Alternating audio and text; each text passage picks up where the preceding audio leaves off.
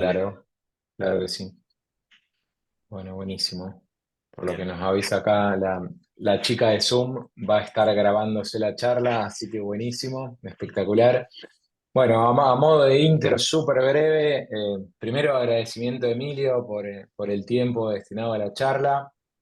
Nosotros, los temas vinculados dentro del polo a los aspectos financieros y económicos, desde este último año tratamos de ponerlos en agenda o mostrar que hay un interés particular de desarrollarlos. Tenemos un eje estratégico llamado fortalecimiento económico, que justamente lo que intenta es tratar de acercar algunos mecanismos, herramientas, estrategias financieras para las empresas. Ese es el principal foco que tiene ese eje y obviamente dentro de las posibilidades tratar de hacer uso del mismo. Entendemos que muchas empresas probablemente ya haya herramientas de las cuales tienen conocimiento y que las vienen utilizando con frecuencia, quizá algunas otras no, así que nos parecía muy importante que podamos abordar esta primera charla que dependiendo, bueno, cómo vaya gestándose puede llegar a tener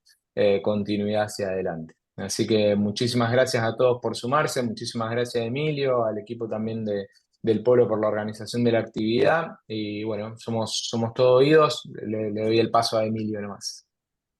Bueno, Ignacio, buenos días a todos. Bueno, ante todo agradecerle al Polo, a vos, Ignacio, a la gente de comunicación que siempre se portan muy bien, la verdad, en este tipo de eventos. Así que bueno, muchas gracias por el espacio. Bueno, les cuento muy brevemente qué hago yo. Como dice la invitación, soy asesor financiero entre uno de esas los, si se quiere, inversores o entidades que asesoro. También trabajo con el polo tecnológico y, bueno, la idea, como dice Nacho, es poder acercar herramientas que quizás son conocidas o las tenemos de oído o las estamos usando en las empresas y a lo mejor no se están usando de la manera más eficiente y poder dar un enfoque orientado a empresas, pensando en la gestión y también, bueno, hay cuestiones que van a ver que son de definición propias de cada instrumento financiero, pero la realidad, después, donde creo que cambia un poco la cuestión es en la aplicación. Así que bueno, eh, vamos a arrancar con la presentación que ahora voy a compartir. Pueden ir dejando sus preguntas si quieren en el chat acá de Zoom y cuando terminemos la vamos a estar contestando. ¿Mm? Así que bueno, ya les comparto la presentación y arrancamos.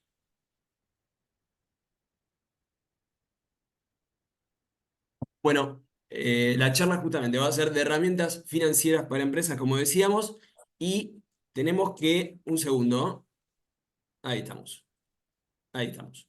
Bueno, vamos a dividir lo que son las herramientas financieras en dos grandes grupos. El primer grupo va a ser esos instrumentos, van a ser esos instrumentos de colocación financiera justamente cuando tenemos excedente de fondos. Tenemos que administrar fondos y tenemos que entender distintos aspectos antes de buscar esos destinos de los fondos, dónde los vamos a colocar y qué vamos a estar haciendo. Antes de decidir, tenemos distintas preguntas para hacernos. En primer lugar, ¿cuál es la aplicación de los fondos?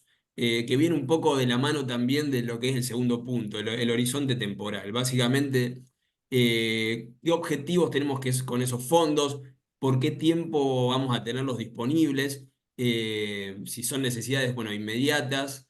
Después vamos a ver distintas cuestiones. Una cosa es el horizonte temporal y otra cosa es la liquidez que también tiene el instrumento y la liquidez que necesitamos como empresa. Acá lo importante es tener en claro cuál es el flujo de fondos que tiene la empresa. También plantearse opciones que pueden ser líquidas, pero quizás cuando hablo de liquidez me refiero a que puede disponerse en el corto plazo de esos títulos o de esos de los fondos que están aplicados a títulos, pero quizás a veces no es el momento o no se sugiere que el horizonte temporal, es decir, el tiempo por el cual debemos estar invertidos, colocados en ese activo, se piense como liquidez. Igualmente vamos a ver también que con una administración activa eso puede también minimizarse y quizás buscar activos que quizás rinden más que los de liquidez inmediata, pero con una atención que se le preste con determinados conocimientos, bueno, creo que permiten generar mayores rendimientos a corto plazo, activos que quizás no son para corto plazo, pero se podrían trabajar también. Otro ítem a tener en cuenta es el perfil inversor. El perfil de inversor podemos, bueno, cada vez que abrimos un instrumento o una cuenta, perdón, bancaria o una cuenta en una ALIC, en un agente de liquidación y compensación, es decir, lo que antes era una sociedad de bolsa, vemos que la Comisión Nacional de Valores nos pide que contestemos una serie de preguntas que la definen como el test de inversor. Para simplificar lo que es el test de inversor, básicamente son esas opciones o esos activos que, entendiendo el riesgo que acarrean, nosotros nos sentimos cómodos estando colocados y sabemos que podemos tomarlo a ese riesgo. Todos tenemos un perfil de inversor distinto, por eso es muy importante también conocernos como inversores, qué cosas nos podemos tolerar en términos de nivel de riesgo. A mí siempre me pasa de por ahí, conozco a un cliente, un inversor, y me plantea como que quiere hacerlo porque viene derivado por otra persona, porque conoce a otra persona, y dice, yo quiero hacer lo mismo que está haciendo la otra persona, la otra empresa.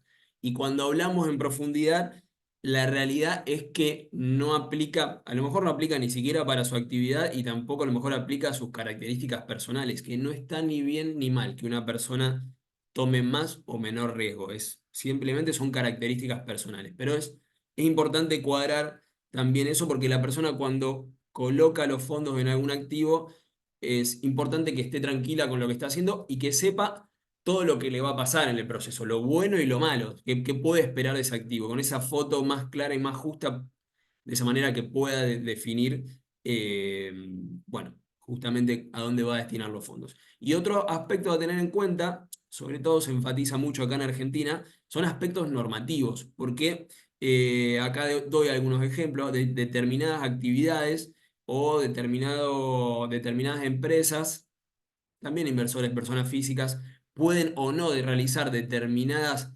colocaciones. Acá doy el ejemplo de dólar MEP o contado con liquidación o los CDRs mismos que tienen un límite. Ahora vamos a explicar después qué son los CDRs y cada uno de los instrumentos. Pero bueno, por normativa no pueden aplicarlos, entonces no pueden usarlos. Entonces, y afectaría el giro comercial. Acá lo primero que se cuida en una empresa es entender en profundidad qué cuestiones afectan a su giro comercial. Yo te puedo dar una opción de inversión que te puede parecer muy buena, pero si estoy después bloqueando tu actividad a futuro, bueno, no tiene mucho sentido colocarse en esa posición en busca de un rendimiento o una funcionalidad como puede aportar dólar MEP contado con liquidación. Vamos a pasar a los instrumentos puntuales. Eh, en realidad los grupos de instrumentos que tenemos. En primer lugar, vamos a hablar de los instrumentos de renta fija. Hay una clasificación grande dentro de los activos de inversión que son de renta fija y renta variable. La renta fija, como dice acá la definición, son títulos negociables emitidos con la finalidad de captar fondos directamente del público. O sea, que por los que el emisor se compromete a pagar intereses y a devolver el capital en momentos predeterminados. Bueno, básicamente son instrumentos de deuda. Acá lo que es interesante entender en general del mercado de capitales, como para también un poco empezar a bajar esa intangibilidad que puede plantear para mucha gente lo que es el mercado de capitales, básicamente es bueno, es un lugar de negociación si se quiere, pero el mercado es el lugar que permite vincular a los agentes de la economía que tienen necesidades de fondos con excedentes de fondos. Entonces, bueno, los instrumentos de renta fija son instrumentos de deuda en el cual el agente que tiene una necesidad de fondo emite un título canalizando fondos de justamente aquellas personas que se encuentra con un excedente, puede ser una empresa, eh, y quiere generar algún rendimiento. Para puntualizar sobre los activos de renta fija, vemos que hay activos que tienen rentabilidad implícita, como pueden ser esos títulos que operan a descuento. Básicamente, a descuento quiere decir que no establece un cupón o un interés sobre el capital, sino que se compra bajo el monto que nos va a terminar pagando al vencimiento el instrumento. Después con algunos de los instrumentos puntuales, como son las letras, lo voy a puntualizar un poco más. Y hay otros instrumentos que sí prometen una renta que es explícita con un cupón, que puede ser fijo o periódico. Fijo es, por ejemplo, cuando un título dice yo te voy a pagar el 10% anual en dólares, en 2 pagos. Bueno, ahí es claro cuál va a ser la renta. Después hay otros instrumentos que ajustan por alguna variable, entonces ahí también es, bueno, el rendimiento es incierto, pero nos dan también la posibilidad de generar cobertura sobre la evolución de alguna variable, sea inflación o tipo de cambio oficial, por ejemplo. Vamos a avanzar con el primer instrumento puntual que vamos a hablar, son las cauciones bursátiles. Las cauciones bursátiles, como decía recién, los instrumentos tienen una parte en la cual hay un agente que busca fondo y otro que los presta. Básicamente, las cauciones bursátiles son el instrumento con menor riesgo que hay en el mercado. Está apuntado a operar liquidez, y ahora vamos a ver por qué digo que es el de menor riesgo también. Pero básicamente la parte colocadora, hay dos partes, una parte colocadora, que es justamente el que va al mercado a colocar sus fondos en busca de un rendimiento, y hay una parte que es la parte tomadora, que justamente es la que está necesitando fondos y va al mercado a buscarlo. Como objetivos tiene la generación de rendimientos de saldos líquidos transitorios. ¿Por qué transitorios? Porque, bueno, la caución, a diferencia de un plazo fijo, por ejemplo, nos permite pactar como plazo mínimo un día. La caución se puede pactar diaria, entonces esto nos permite colocar fondos de un día para el otro sin tener la liquidez en cuenta ociosa, sin generar rendimientos.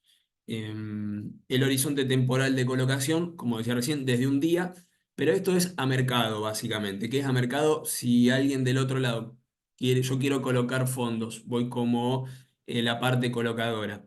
Y del otro lado hay una persona que quiere tomar fondos y lanza una orden al mercado por la cual dice quiero tomar fondos a un año, estableciendo determinada tasa. Si esa opción para nosotros es apropiada, es interesante, bueno, la podemos tomar. Los plazos más habituales por lo general son de un día, de 7 días y de 30 días. Esos son los que vamos a ver más volumen y es más fácil que la operación salga y se lleve a cabo. Los rendimientos actuales de la caución están más o menos alrededor muy parecidos al plazo fijo, una tasa nominal anual de un 52%. El plazo fijo está alrededor de un 50%, pero bueno, lo que contaba recién, el plazo fijo, justamente como dice su nombre, determina, a no ser que sea precancelable, pero en ese caso rinde menos por lo general, eh, pero determina ya la fecha de vencimiento. La caución, al permitirnos renovarla diariamente, nos da esa flexibilidad de poder contar con los fondos en un periodo de tiempo más corto. Vamos a ver que la caución funciona con un sistema de garantías. Yo decía hace un rato que la caución era el activo bursátil con menor riesgo de todos. ¿Por qué es el activo bursátil con menor riesgo de todos? Porque justamente hay varios aspectos a tener en cuenta. El primer lugar es, nosotros cuando colocamos los fondos que tenemos excedentes en una caución, no le estamos prestando a la otra parte directamente, sino que se termina administrando un sistema general con la contraparte central que es el mercado. Entonces, en ese sentido, no estamos yendo a prestarle dinero directamente a una sola persona o entidad. Y por otro lado, son inversiones que están, justamente, como dice acá la presentación, respaldadas por garantías. Están sobre respaldadas. En la parte tomadora, para poder justamente tomar los fondos, ir al mercado y tomar los fondos y subir su orden, tiene que dejar en garantía una cartera de activos que presenta un aforo, básicamente. Es decir, paso una tabla que tengo a continuación. Según el tipo de activo, tendrá un porcentaje de la evaluación que tiene esa cartera, y diariamente se va actualizando según la evolución del valor de esa cartera para que el monto que tomó en el mercado esté sobreprotegido. Entonces, llegado el caso extremo, el mercado administrando las garantías tendrá que bueno, liquidar las posiciones prestadas por el tomador y nos da el respaldo de justamente estar garantizados sobre el monto que colocamos. Si se quiere, bueno, es en un sentido comparativo con el plazo fijo que tiene limitaciones en las garantías respaldadas independientemente del monto del plazo fijo. Bueno, acá tenemos un plus de tranquilidad o de resguardo, si se quiere, en ese sentido. Vamos a pasar a otro instrumento, un instrumento que son las letras. En este caso no se venían operando mucho, las letras habían perdido un poco de interés. Las letras con otro tipo de títulos que vamos a contar a continuación, con los bonos. Son los dos instrumentos representativos de deuda. Si se quiere, la mayor diferencia que tienen con los bonos es el plazo de emisión. Las letras apuntan a plazos más cortos por lo general y también encontramos distintos tipos de letras. Letras de descuento, como contaba recién que existen. La letra de descuento, perdón, se compra bajo el monto que nos va a pagar al vencimiento el título, del cual se desprende un interés implícito, básicamente. Tenemos letras que ajustan por inflación. En este momento creo que hay una todavía emitida, no las estoy operando mucho, esa es la realidad.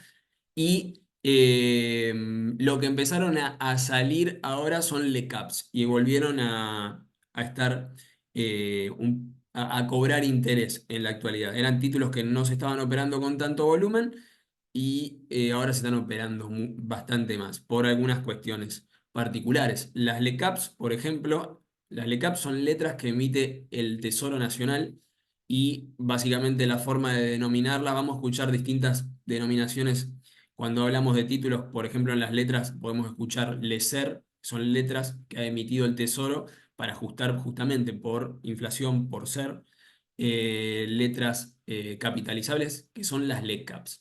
Las LECAPs prometen un interés mensual que va capitalizando y al vencimiento nos va a pagar ese importe. Como decía un poquito antes, el objetivo es generar rendimientos con saldos líquidos a corto y mediano plazo. Las fechas de emisión por lo general no exceden el año. Y en términos de liquidez, es un título que al empezarse a operar cada vez más y a haber nuevas emisiones, empezamos a encontrar mayor liquidez porque no había tanta hasta hace poco, no se estaban operando tanto. Eh, bueno, vamos a pasar a... Acá, perdón, dejé algunas... hice un pequeño cuadro en el cual muestro un poco rendimientos actualizados. Tiene un par de días, pueden haber bajado esos rendimientos también, quizás un poco más abajo. Lo interesante de las LECAPs es, estando en un contexto como estamos actualmente, en el cual vemos que se viene bajando la tasa de interés. Estos son instrumentos que se han emitido a los vencimientos que vemos acá abajo en octubre, enero, febrero del próximo año. Hay nuevas emisiones, salió una a marzo y salió otra a noviembre. Lo que nos permite, como son instrumentos que tienen una tasa prefijada ya de rendimiento, cuando las tasas de interés, cuando escuchamos, bueno, se bajó la tasa de referencia, bajan las tasas de plazo fijos. Bueno, estos instrumentos también a fin de alinearse con las tasas generales que encontramos en la economía, como ya tienen un rendimiento prefijado, para que la tasa de rendimiento que ese activo nos está dando baje, como bajan todas las tasas, lo que tiene que pasar es subir el precio del activo. Entonces, es decir, como inversor, nos tiene algo que yo sé que paga un 10% para que pague un 9%, lo que tiene que cambiar si la tasa ya está fija es justamente el precio. A nosotros como inversores nos tiene que salir más ir al mercado y entonces esa tasa que está fija en relación al monto que invertimos termina siendo más chica. Pero Eso es positivo en los términos de estar posicionados en estos títulos porque nos permite a nivel precio del título ir captando también esas bajas de tasas que se transmiten en una suba de precios del activo. Entonces, en ese sentido, es un título que empieza a cobrar protagonismo y me parece que hoy es interesante tomarlo como una opción de liquidez, si se quiere, liquidez media en términos de horizonte temporal o de corto plazo también se pueden trabajar, no tan corto como puede ser una caución a un día, no es para pensarlo un día, pero me parece que es un instrumento que hoy es válido empezar a incorporar en las carteras. Sobre todo que empezamos también a encontrar determinadas volatilidades en otros activos que venían rindiendo muy bien hasta el momento. Vamos a pasar a otro tipo de activos, algo conté recién, que son los bonos y a sus distintas categorías, sobre todo las que estamos viendo en el mercado argentino. ¿M? Los bonos, como contaba recién, como las letras tienen plazos de emisión más largos y un esquema de pago de intereses y quizás de amortización. Cuando hablo de amortización es de devolución del capital. Nosotros invertimos un capital y el bono que representa deuda emitida puede devolvernos ese capital si se quieren varias oportunidades. Pensémoslo como si se quieren varias cuotas, una cosa así. Hay activos que pagan todo su capital al vencimiento y durante la vida del bono, en este caso, van pagando intereses. Eh, por eso es, a diferencia de las letras, un activo para más largo plazo. Eh, no obstante, también, como decía recién, monitoreándolo, en el último tiempo estuvieron funcionando muy bien a corto plazo, sobre todo este tipo de bonos que vemos acá, que son los bonos con ajuste por coeficiente de estabilización de referencia, básicamente por SER. El SER es un coeficiente que se determina a través del IPC, del índice de precio al consumidor. Es decir, por eso cuando a veces están hablando de estos temas, directamente van a escuchar son bonos que replican la inflación. Entonces, bueno, hay que tener en cuenta, primero ya que el plazo para invertir es, yo diría, de mínimo de estos activos para hacer de muy mínimo plazo, al menos 2 meses y con mucho monitoreo del activo. Pero bueno, cuando la evolución de la inflación es evidente que es mayor o que va a ser mayor a las otras alternativas en términos de rendimiento que tenemos en el mercado, me parece que es también válido estar posicionados en estos títulos. Tenemos que tener en cuenta dos cosas siempre que estamos en este tipo de activos colocándonos. Por un lado, va a evolucionar el precio del activo según la evolución de la variable que quiere cubrir, en este caso por ser, por inflación. Pero también va a evolucionar según la oferta y la demanda que haya de estos títulos. Básicamente eso, por ejemplo, cuando se avisora que la inflación se va a disparar o está creciendo, bueno, lo que ha pasado, los bonos empiezan a subcubrir, es decir, a cubrir eh, por abajo en la evolución de la inflación en términos negativos. Es decir, no cubre plenamente la evolución de la inflación. Un poco vamos a verlo en el cuadro que está acá abajo. Vemos que acá yo les nombro dos activos puntualmente, TX26 y TX28, son dos bonos que 26, bueno, como verán, vence el 9 de noviembre del año 2026, el TX28 vence el 9 de noviembre del 2028.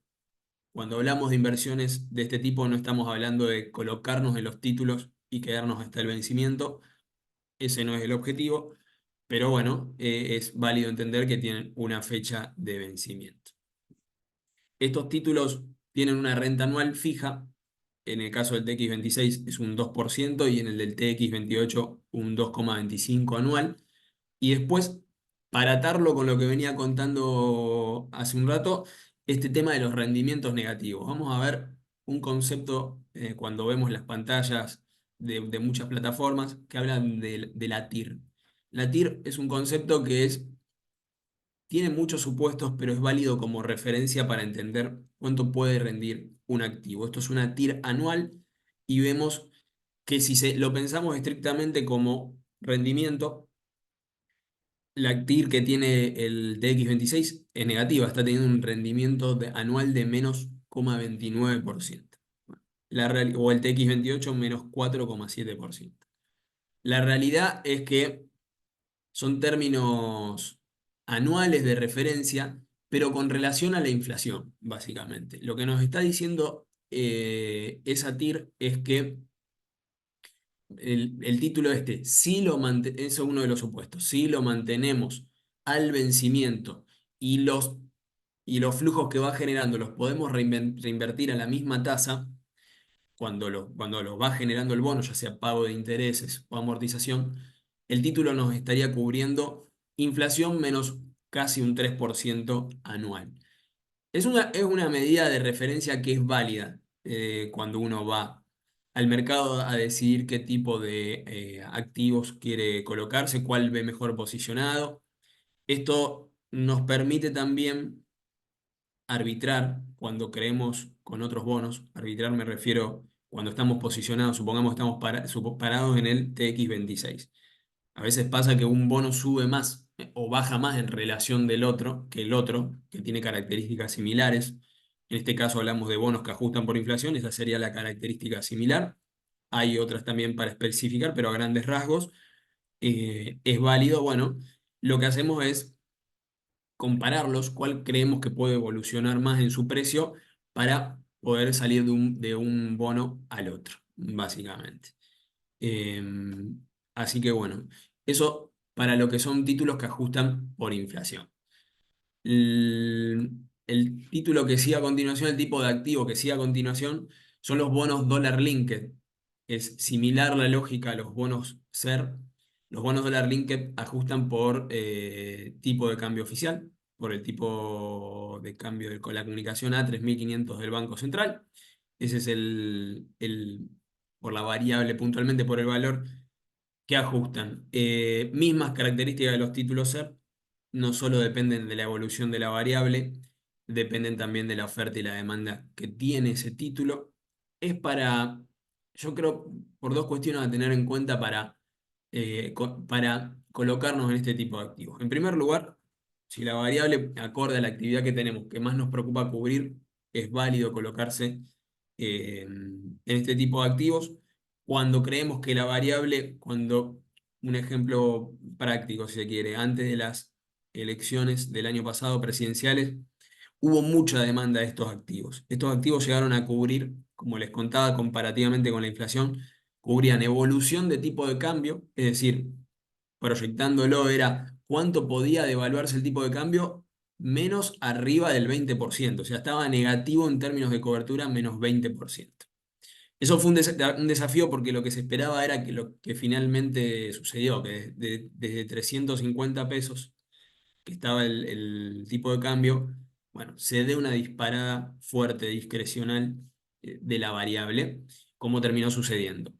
La realidad es que en ese momento se ameritaba también una evaluación de cuál iba a ser la respuesta al momento de entrar, sobre todo, cuál iba a ser la respuesta del mercado y del precio de los activos al momento que suceda el evento cambiario. Es decir, si yo entrando con el bono con un nivel de cobertura ya arriba del 20% en términos negativos con la evolución de la variable, si era válido ingresar a justamente este tipo de activos. La realidad que muchas veces lo que hay que tener es paciencia y por más que estemos asustados, si veamos una devaluación muy fuerte, cuando ya el activo no se avisora que cumpla una determinada función por la cual fue emitido, bueno, quizás no es la recomendación en colocarse. Una tercera categoría de bonos, vamos a hablar de los bonos públicos en dólares.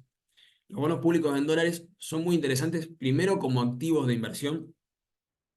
En términos de armado de una cartera para una empresa, quizás representan un nivel de volatilidad y un horizonte temporal en términos del plazo que voy a tener que estar colocado en el activo más largo de lo habitual, pero o de lo que requiere el giro comercial al corto mediano plazo. Y ya tienen otro nivel de riesgo, porque son bonos que, independientemente que han subido mucho en el último tiempo, bueno, la realidad es que están muy sujetos al desempeño en términos macroeconómicos del país. Esa es la realidad. Estos son títulos, los bonos públicos son títulos, obviamente representan deuda también y están emitidos por el Estado. El Estado puede ser en cualquiera de sus estamentos, municipal, provincial, eh, nacional, de esos vamos a hablar puntualmente, y también por distintos organismos. Hoy vemos que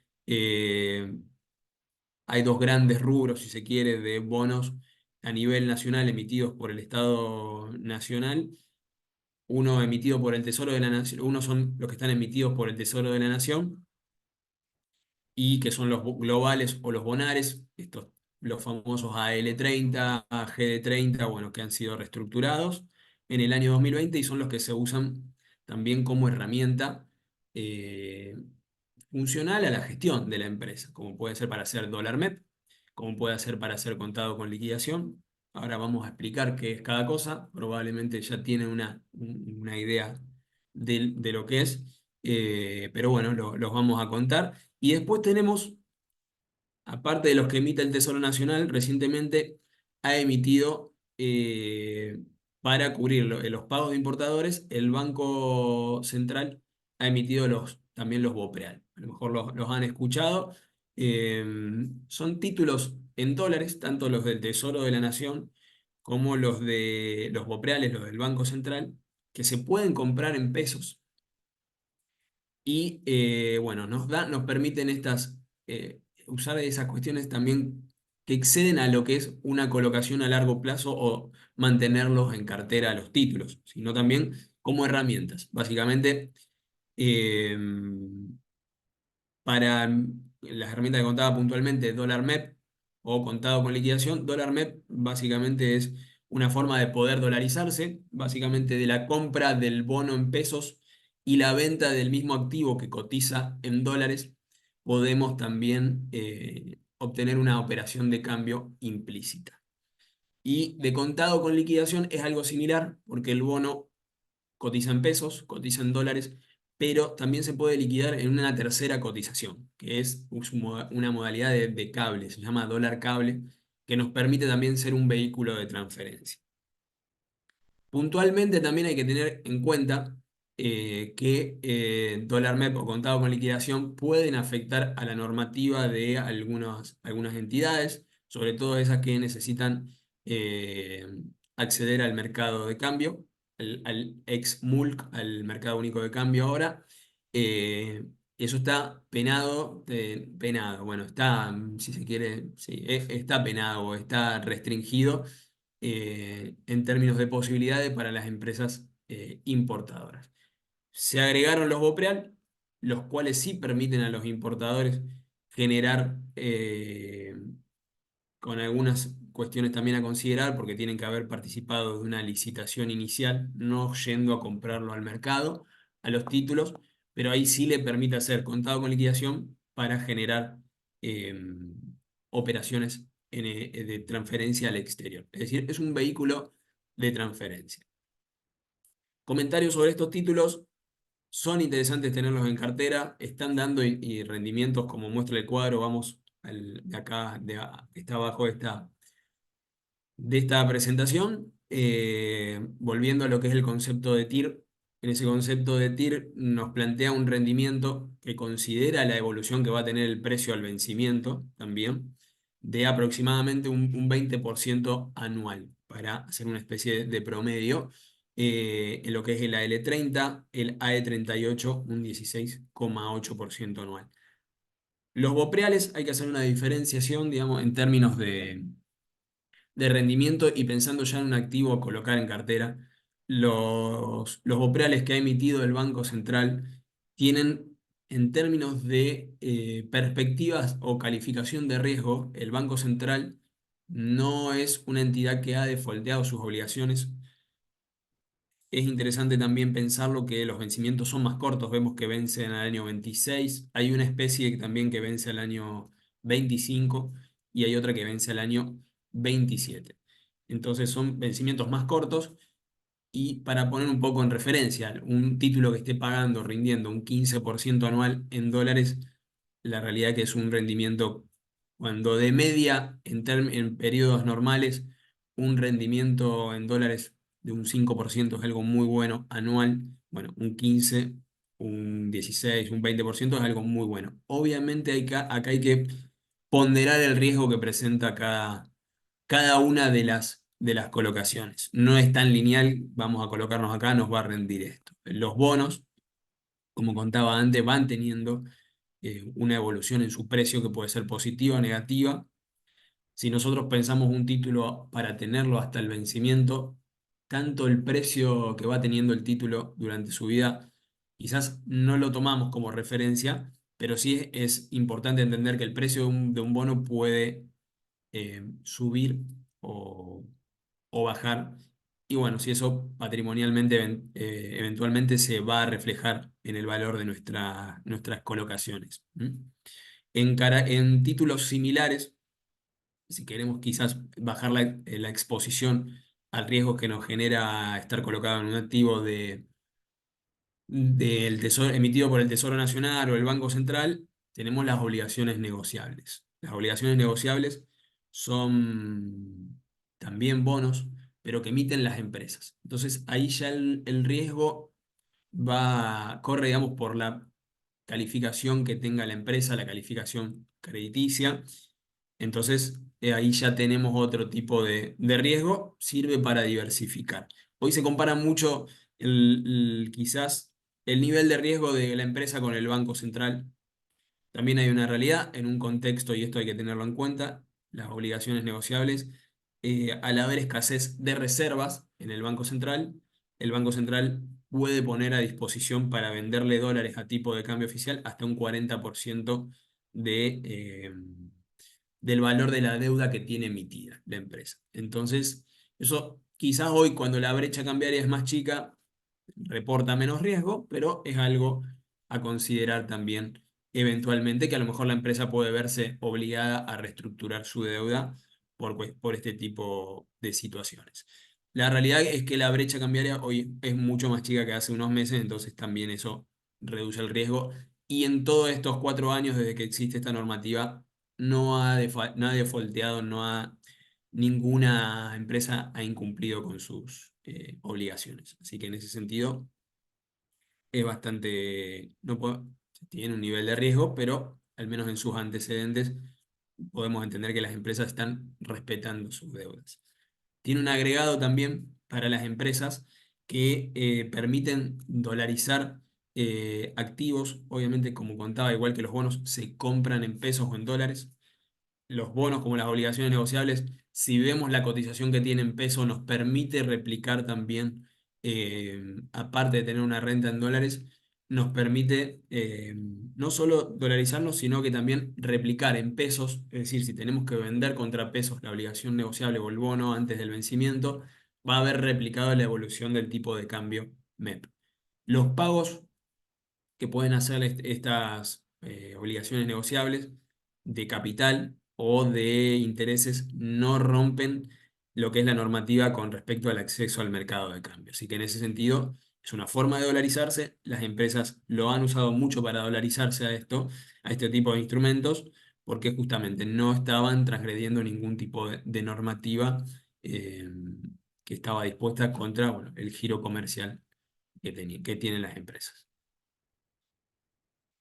Vamos a pasar a una segunda categoría de activos, como contaba inicialmente, que es la de los activos de renta variable. A diferencia de los instrumentos que charlamos recién, los activos de renta variable no prometen un rendimiento, digamos, la evolución que vamos a estar viendo en nuestra evaluación de activos es justamente a través del precio que tienen esos activos de renta variable. La renta variable básicamente son las acciones. Las acciones representan parte del capital de una compañía, en las que vamos a hablar puntualmente son las que cotizan en mercado, que tienen oferta pública, pero bueno, no si se quiere, Nuestra apuesta cuando nos colocamos en este tipo de activos no apuntan a saber previamente cuál va a ser el rendimiento. Hay carteras que pueden ser más defensivas. Las empresas muchas veces reparten sus ganancias, reparten dividendos con el público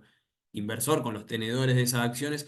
Ahí tendremos también un flujo de fondos positivo. Depende del tipo de cartera que operemos. ¿Por qué incluyo renta variable sugerida para empresas? La realidad es que cuando son instrumentos que están expuestos a volatilidad. Según el momento, las acciones de compañías, pues, pensemos en compañías acá del mercado argentino, nos permiten replicar alguna variable. Si pensamos, por ejemplo, que proyectamos un X nivel de inflación o que determinado o sector de consumo va a tener una evolución alta en el nivel de los precios. Bueno, las empresas que responden a esos sectores, que trabajan en esos sectores, probablemente nos den también la evolución, digamos, de la variable. Para dar un ejemplo, como contaba antes, el año pasado, los bonos que ajustan por dólar linked estaban muy demandados, estaban muy altos de precio, ya la cobertura no era eficiente de la variable. Había acciones cuyos ingresos, con la evaluación también de sus activos, estaban más atadas al dólar que al peso. Y cuando ya estaban tan caros los títulos dólar linked, las acciones generaban una mejor cobertura que los bonos mismos con mecanismos de ajuste. Pero bueno, como dice la presentación acá, lo que vamos a tener como resultado en la colocación de renta variable son ingresos determinados por ganancia o pérdida de capital, que eso básicamente es la suba o también la pérdida que se puede generar cuando bajan los precios, y los pagos de dividendos. En Argentina ya hace un tiempo que podemos operar acciones eh, de compañías del exterior, y cobró mucha importancia en algún punto también para, primero, tener acceso a compañías de primera línea mundial, y también cuando empezó a evolucionar muy fuerte el tipo de cambio, los tipos de cambio financiero contado con liquidación, dólar MEP. Hay un activo que son los CDRs, son los certificados de depósito argentinos se llaman, que son títulos que justamente nos permiten, son certificados de depósito que el activo subyacente, el activo que están representando, son acciones de compañías de primera línea. Mayormente tenemos del mercado estadounidense, pero hay de distintos mercados. Eh, las compañías que se les ocurran a ustedes mayormente están Apple, Microsoft, McDonald's, Walmart. Bueno, estos títulos son interesantes por varias cuestiones. Como decía recién, nos permiten, se pueden operar en pesos y en dólares, pero el activo original está en una moneda extranjera, no está en pesos. Entonces, nos permite también que si sube el tipo de cambio financiero, el valor que tiene en pesos va a subir no solo por la evolución que tiene, como decía recién, la ganancia de capital que pueda tener eventualmente o la pérdida que pueda tener, sino también que va a estar ajustado por justamente la evolución del tipo de cambio financiero. Cuando baje el tipo de cambio financiero también va a impactar negativamente en el valor de la cartera de CDRs. Creemos que una cartera defensiva, cuando hablamos de defensiva, hablamos de empresas que ya tienen su trayectoria, sectores con mayor estabilidad, empresas que ya son empresas de valor, ya tienen una trayectoria, probablemente ya tengan un esquema de pago de dividendos también, lo cual nos va a permitir obtener una renta en dólares. Eh, bueno, son sugeridas esas colocaciones también. Siempre hay que entender con todas las opciones, cuál es el momento apropiado para colocarnos. Siempre hay que tener, como decía antes, un monitoreo constante. Igualmente, las carteras de CDR también se pueden operar y arbitrar a corto plazo, obviamente, pero como método de cobertura, sobre todo lo que le puede servir a una empresa, hay que pensarlo para un mediano plazo. Un mediano plazo mediano o corto plazo, pero pensémoslo más como un mediano plazo, contrastándolo con lo que puede ser la liquidez inmediata de fondos, como puede ser una caución, como puede ser una letra, como contaba antes. Hay que pensarlo al menos a 4, 6 meses, pero bueno, también amerita que constantemente se haga una evaluación de la empresa en la cual nos estamos colocando. Em, Teníamos una restricción también para importadores. Las compañías aseguradoras, por ejemplo, también tenían restricción sobre la colocación de estos activos para mantenerlos en cartera. Así que bueno, esos son los aspectos normativos a evaluar siempre al momento de colocarnos o decidir una inversión. Esta es una cartera modelo de, después de esto yo le voy a pasar la presentación también si le sirve. Una cartera modelo puede ser una cartera conservadora de empresas que pagan dividendos y que sus precios mayormente son estables. Entonces, al estabilizar, yo les decía que el CDR va a evolucionar por la evolución propiamente dicha del precio de la acción y también va a evolucionar por la variable tipo de cambio. Si el precio de la acción es bastante estable, no quiere decir que eliminemos ese riesgo o esa volatilidad en el precio, pero sí la reducimos comparativamente con otros activos, con otros CDRs, y lo que más termina canalizando valor en el CDR es justamente la evolución de la variable, del tipo de cambio financiero. Eh, bueno, antes de pasar, me voy a quedar acá y antes de pasar al segundo grupo de herramientas financieras grande, el primero era estos son activos de colocación, el segundo grupo son alternativas de financiamiento, también a través del mercado de capitales. Eh, bueno, con respecto para hacer algunos comentarios sobre las colocaciones. Un poco fui contando recién, yo creo que lo que hay que tener mayormente es paciencia. Muchas veces esperamos que como algo rindió bien en el pasado vuelva a rendir igual y cada momento es totalmente diferente. Creo que hay que también un poco siempre entender eh, qué está pasando con los activos que tenemos en cartera, qué va a pasar y qué esperar de esos activos, conocernos, como decía antes, el perfil de inversor también. En una empresa puede ser, no necesariamente tiene que ser el titular de la empresa, puede ser una persona que esté encargada de las finanzas y, bueno, profundizar en ese conocimiento que tenemos.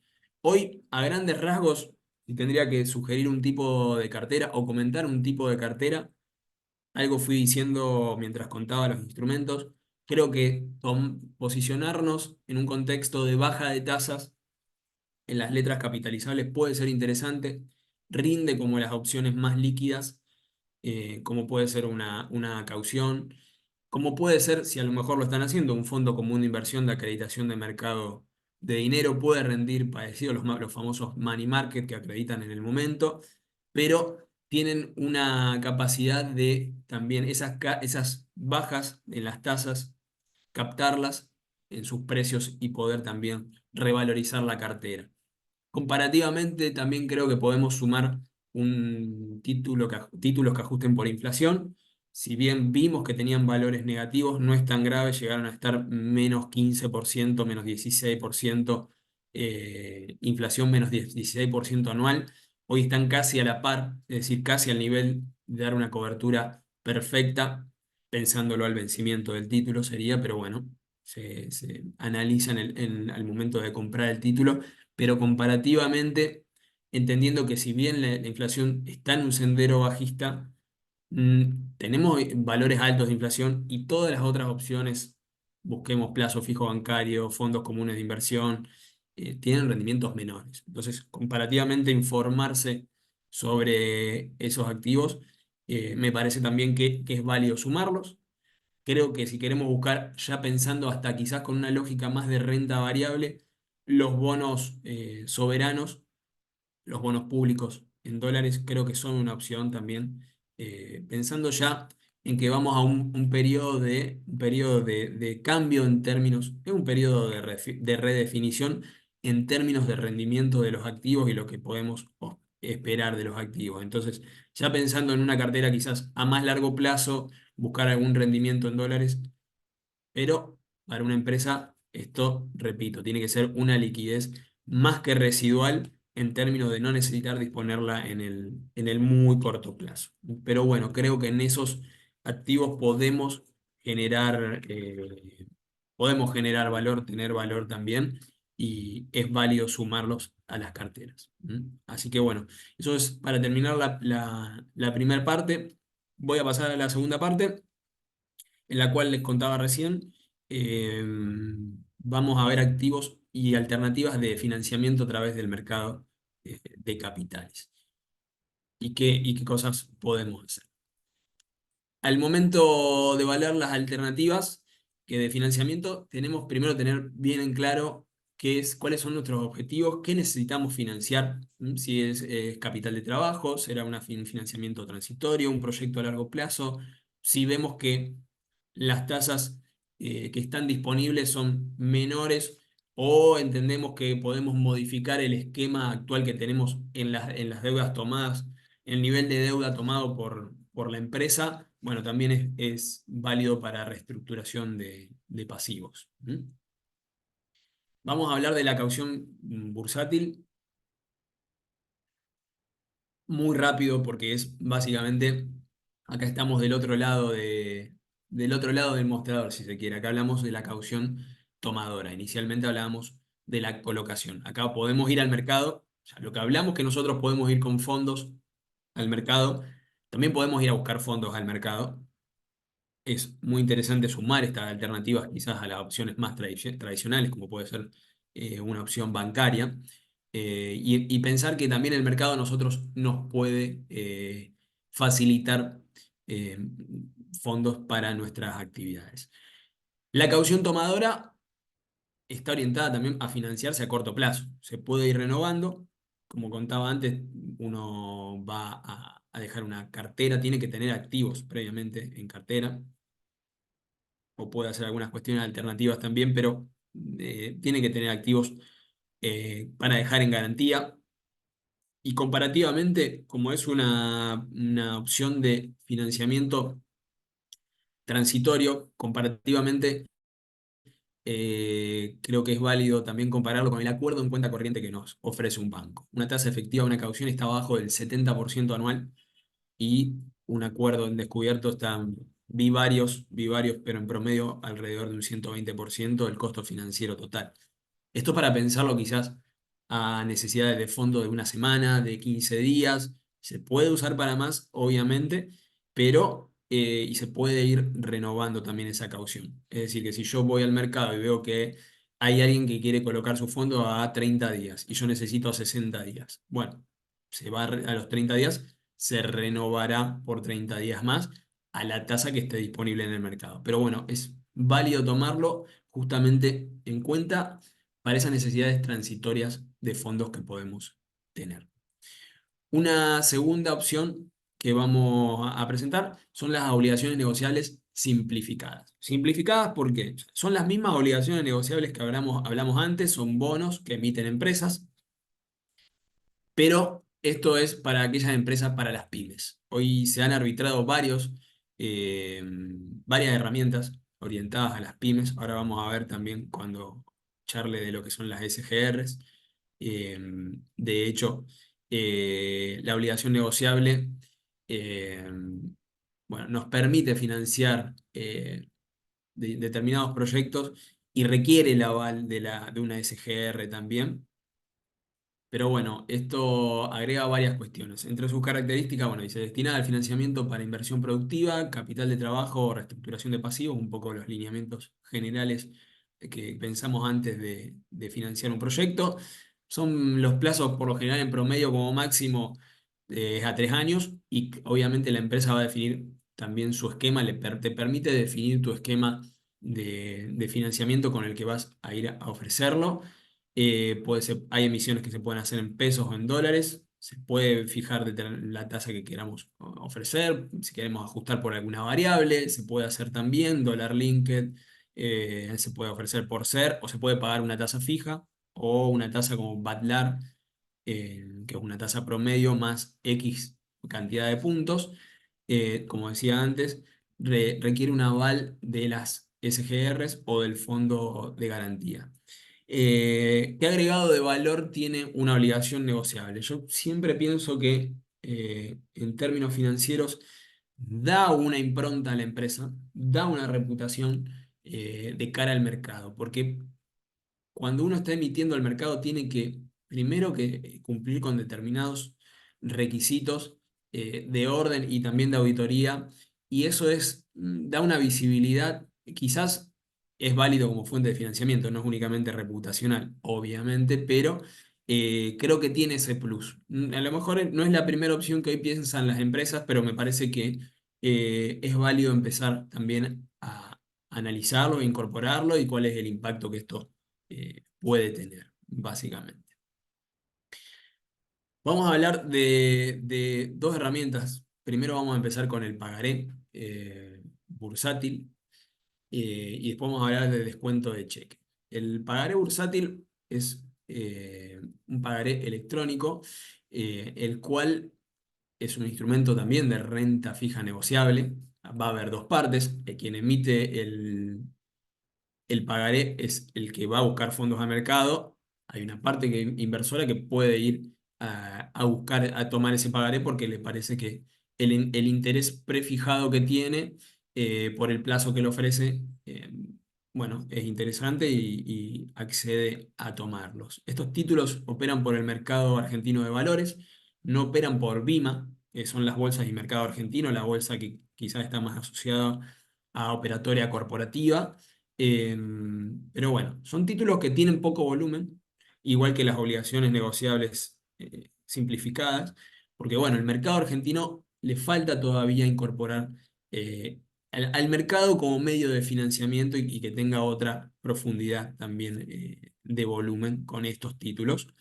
Pero bueno, nos permite emitir títulos en pesos o en dólar linked, es decir, a tipo de cambio oficial, que copie la evolución del dólar oficial, y es una herramienta más que válida de financiamiento. Hay tres distintos segmentos de negociación. Uno es con aval de SGR, es decir, ahí es donde se encuentra la mayor operatoria. Hay una entidad que ahora vamos a describir cómo es, o un tipo de entidades como son las SGRs, las sociedades de garantía recíproca, que están orientadas a mejorar el nivel crediticio de las pymes, a dar avales y es una filosofía más colectiva y solidaria, si se quiere, en algún punto. Entonces, eso mejora la calificación crediticia, con lo cual permite ir al mercado y poder aspirar a que justamente tenga o mayor demanda porque da una mayor seguridad al activo y a veces también a emitir con tasas más bajas. Hay empresas que han salido a emitir que emiten pagaré bursátil por otro segmento de negociación que es contra cartera propia, similar a lo que contaba con las cauciones, es decir, hay una garantía que son las carteras de inversión que tienen las empresas, y hay un tercer segmento que es el segmento no garantizado. Acá es a riesgo directo del emisor, es una emisión directa sin ninguna garantía. Corremos el riesgo, si como inversores queremos tomar este tipo de activos, necesitaremos conocer la empresa a la cual estamos comprando ese pagaré y también bueno, entender cuál es el nivel de riesgo que estamos tomando y que cumpla con sus obligaciones. Como contaba antes, un, otro instrumento, perdón, de financiamiento es el descuento de cheques, a través de mercado también. El descuento de cheque es la presentación de un valor que nos permite disponer de fondos antes del vencimiento del cheque. Son cheques de pago diferido. eh, También se operan a través del mercado argentino de valores. También estos tienen un plazo máximo de emisión de un año y se pueden descontar cheques propios o de terceros que recibimos también al cobro. Acá la moneda de emisión únicamente es en pesos, mismas características que contaba hace un rato para en términos de segmento de negociación para el pagaré bursátil. Segmento avalado con aval de SGR. Las tasas varían según la SGR. Ahora vamos a mostrar algunos cuadritos. Eh, Está otro también que es garantizado. Yo salgo a emitir contra mi cartera y no garantizado, que es a riesgo de emisor directo también. Tasas de referencia, esto fue el día martes. Vemos que algunas SGR para distintos plazos tienen tasas mucho más bajas. A 60 días hay SGR que están emitiendo están descontando alrededor del 50% y otras que están alrededor del 64%. Bueno, vemos mucha amplitud en en esos valores. Esto en el segmento avalado.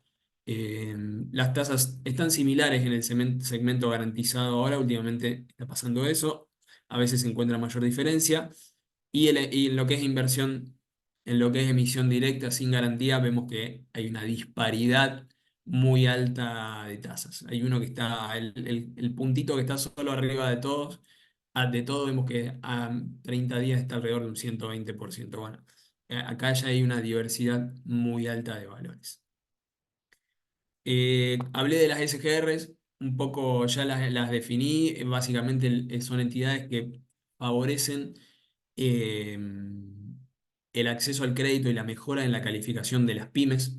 Es un sistema, eh, contaba recién, solidario, colectivo, y está compuesto por dos tipos de socios. Los socios aportantes, se llaman también socios protectores, realizan sus aportes, son obviamente agentes también. Esto es válido tenerlo en cuenta como empresa por algunas cuestiones. Ser socio protector o aportante al fondo de riesgo, que es el fondo que da el aval de las SGR, permite también generar ventajas impositivas. Se pueden tomar esos aportes a cuenta de impuesto a las ganancias, pero también ese fondo de riesgo está administrado, ¿no? Va generando un rendimiento. Es un instrumento de inversión propiamente dicho. Y la idea es canalizar esos fondos para que den respaldo, para que den avales las SGR a los socios partícipes, que son las pymes. Los socios partícipes no pueden ser socios aportantes. Contaba recién que tiene una ventaja impositiva. Y en términos también de respaldo para las pymes, eh, por tipo de riesgo, tenemos que las pymes pueden respaldar riesgo propio de cada empresa, es decir, descuento de cheques propios, pagares propios. Si queremos obtener también financiamiento bancario, las SGRs nos otorgan avales de crédito bancario. Hay líneas que ofrecen los bancos que van contra avales bancarios, contra avales de SGR también. Entonces, ahí también nos potencia y nos permite crecer en la calificación crediticia. Y como contaba recién, con los cheques, como podemos descontar cheques de terceros, hace una diferenciación entre un librador común, es decir, un librador que puede ser una empresa menor o una empresa que recibimos un cheque y queremos descontarla, y después están los libradores especiales. En los libradores especiales son empresas que lo evalúa cada SGR, pero nos permite también, tenemos un cheque de una empresa de primera línea, que la SGR en la cual trabajamos lo considera así. Bueno, en ese caso permite una mayor atomización. ¿Qué quiere decir mayor atomización? En términos de la calificación que nos brinda la SGR, es que podemos en en un solo emisor o librador de cheque eh, descontar cheques de mayor monto, básicamente. Así que bueno, si mal no recuerdo, ya estaríamos con todos los temas presentados. Dejo rapidito también los requisitos para poder también calificar en una SGR, muy similar a lo que es la calificación bancaria, contrato social, estatutos modificados, la presentación de los últimos dos balances. A veces pueden pedir más de dos balances cuando quieren profundizar en el conocimiento comercial de la empresa y en su desempeño. Tenemos también las ventas post-balance que nos pueden pedir, detalles de deudas bancarias y otras calificaciones también con SGRs, manifestación de bienes personales de los socios accionistas de las empresas y las fianzas se va a constituir una fianza. En principio no es una fianza hipotecaria, una fianza real, no es una, como decía, una fianza real, sino que es sobre el patrimonio contra esa manifestación que manifiesta justamente el accionista. Y algo clave siempre le van a pedir es el certificado PYME. Las grandes empresas no pueden eh, buscar avales eh, de las SGR. Sí pueden ser socios aportantes. Así que bueno, eh, a grandes rasgos, estas son todas las herramientas. No profundicé y quizás no tiene caso profundizar en lo que es la parte operativa, pero sí introducir los conceptos generales y de todas esas herramientas que vemos en el mercado, o quizás tocamos de oído, pero me parece sobre todo, y dejo el último comentario, es entender que justamente el mercado es un medio no solo para pensarlo como algo que sube y baja un precio, o como algo intangible y lejano, sino que con cierta, digamos, curiosidad, si se quiere, o ir indagando en estas opciones, puede ser una herramienta para canalizarnos fondos eh, acorde a los proyectos que tenemos o las actividades que tenemos comerciales. ¿M? Así que bueno, con esto estaríamos terminando. Voy a leer las preguntas que tengan que fueron escribiendo. Si quieren hacer otras preguntas, también bienvenido. Así que bueno, hasta acá llegamos con la presentación. Me faltó algo, perdón. Hay algo más que sí hace a la eficiencia impositiva, así que creo que es interesante tenerlo en cuenta. Cuando operamos con una ALIC es un agente de liquidación y compensación, es lo que antes, todas estas operaciones que hablamos se hacen con ALICs, básicamente. Eh, lo que eran antes las sociedades de bolsa. Eficiencia impositiva es sobre todo en el manejo de la caja.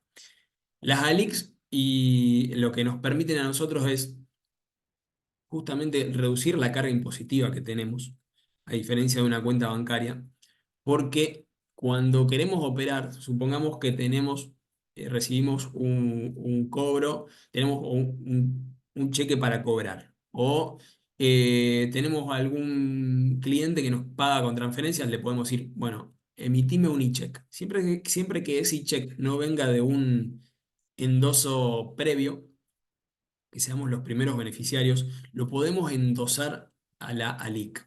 Entonces, en ese caso, la carga impositiva no cae sobre la cuenta bancaria. Nos permite justamente poder hacer también ahí algo de lo que llamamos eficiencia impositiva.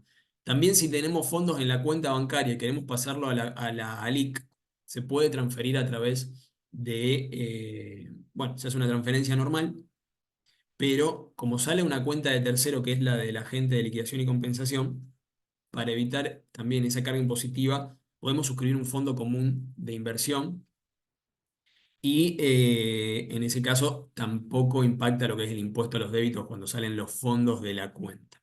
Las compras y ventas de activos no están grabadas en las cuentas de las ALICs por impuesto a los créditos y débitos. Y después tenemos el camino de vuelta, cuando queremos disponer de los fondos. Eh, si tenemos que necesitamos los fondos que tenemos en la cuenta de inversión, en la cuenta comitente de la ALIC y queremos disponer de esos fondos porque queremos hacer un pago a un proveedor, por ejemplo. Bueno, si no pudimos de otra forma a lo mejor canalizar ese pago porque a lo mejor no teníamos un e-check previo para endosar, en lugar de devolver los fondos a la cuenta bancaria, podemos emitir un e-check en favor de la empresa y la empresa lo endosa al destinatario del pago que tengan que hacer. Y algo similar a lo que contaba antes con los fondos comunes de inversión, cuando los fondos vuelven de una ALIC a la cuenta bancaria y pasan previamente por un fondo común de inversión, tampoco se graban con impuesto a los créditos o CIRCREP cuando vuelven ingresos brutos, cuando vuelven los fondos a la cuenta. Así que bueno, ahí tiene un agregado de valor, la operatoria también bursátil a través de una ALIC en términos impositivos. Y ahora, sí, llegamos al final de la presentación. Bueno, agradecerles nuevamente al Polo Tecnológico, a ustedes por haber participado, y vamos a leer las preguntas. Buenísimo, Emilio. hasta ahora no había comentarios. No sé si estaban todos tan concentrados con la Ah, charla, así yo, que vamos a ver si, yo los si hay veía y dudas. estaban apareciendo. A ver,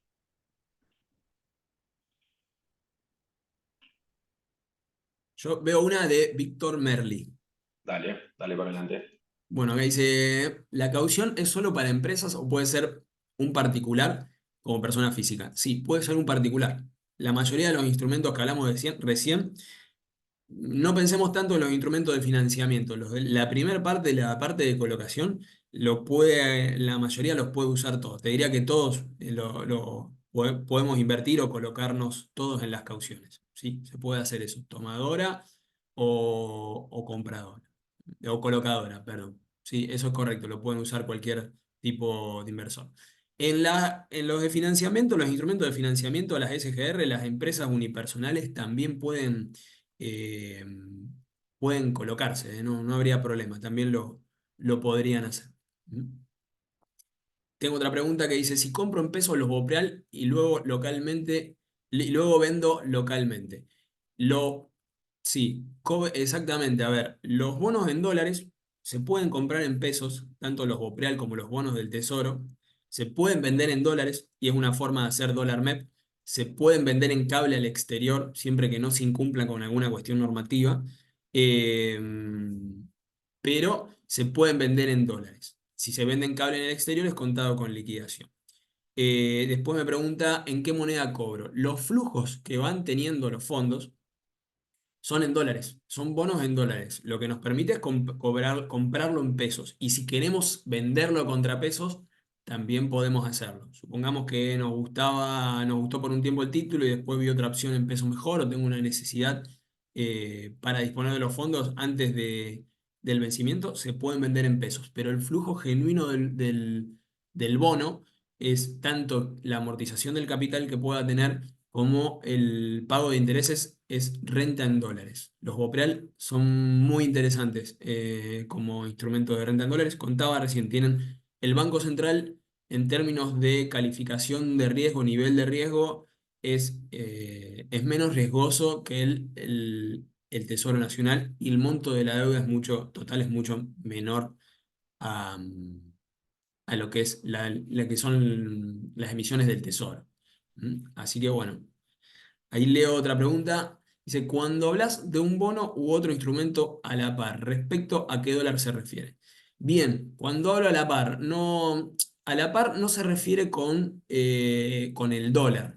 La paridad del título es una muy buena pregunta esa. La paridad del título, ¿a qué se refiere puntualmente?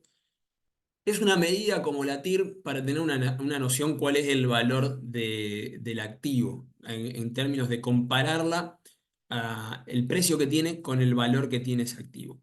La paridad se refiere puntualmente a el valor, a la comparación que tiene el precio del título, si yo lo voy a comprar en el mercado, con su valor técnico. El valor técnico que tiene el título es el valor del capital que queda todavía por cancelar, más los intereses que devengaron desde el último pago de intereses. Entonces, uno puede también decir, bueno, ¿cuánto sale este bono? Sale 10. ¿Cuándo va a pagar? ¿Y cuánto sale en el mercado? Sale 10. ¿Y cuál es el valor técnico que tiene? Bueno, es 9.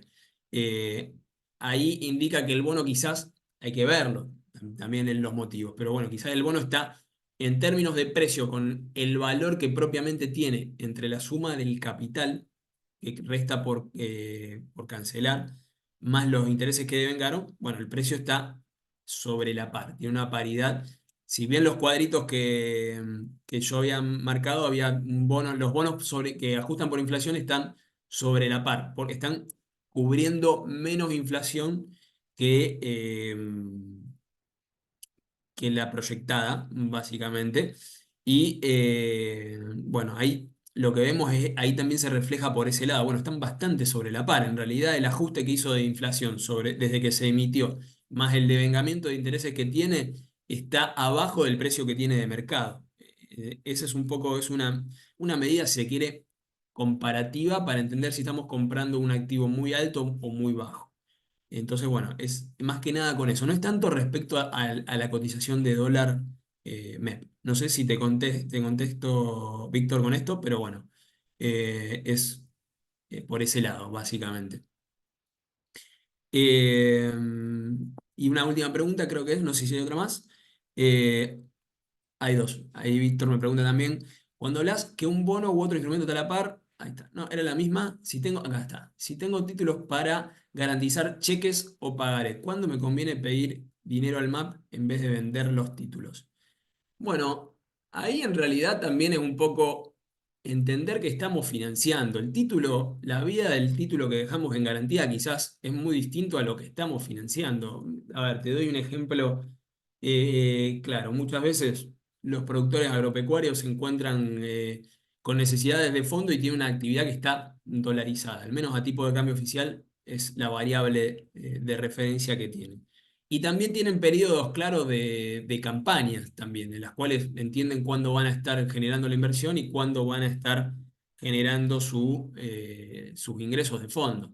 Entonces quizás no tienen la necesidad quizás puntual de liquidar hoy sus títulos porque creen que es una cartera que les da respaldo. Tienen esa cartera porque también proyectan que la evolución de los títulos va a ser positiva y también lo que entienden es, bueno, puedo emitir un pagaré a un año cuando lo pueden calzar básicamente con el ingreso de fondos que van a tener. Entonces, cuando ya calzan, si se quiere, hacen coincidir, para explicar qué es calzar, hacen coincidir cuándo van a tener la obligación de pagar el pagaré, eh, bueno, y cuándo van a tener el ingreso de los fondos, ahí pueden hacer calzar esa decisión de emitir un pagaré y justamente los títulos no los venden y siguen generando rendimientos. Hablabas ahí en otra pregunta, Víctor, que decías qué ejemplos de ALIC.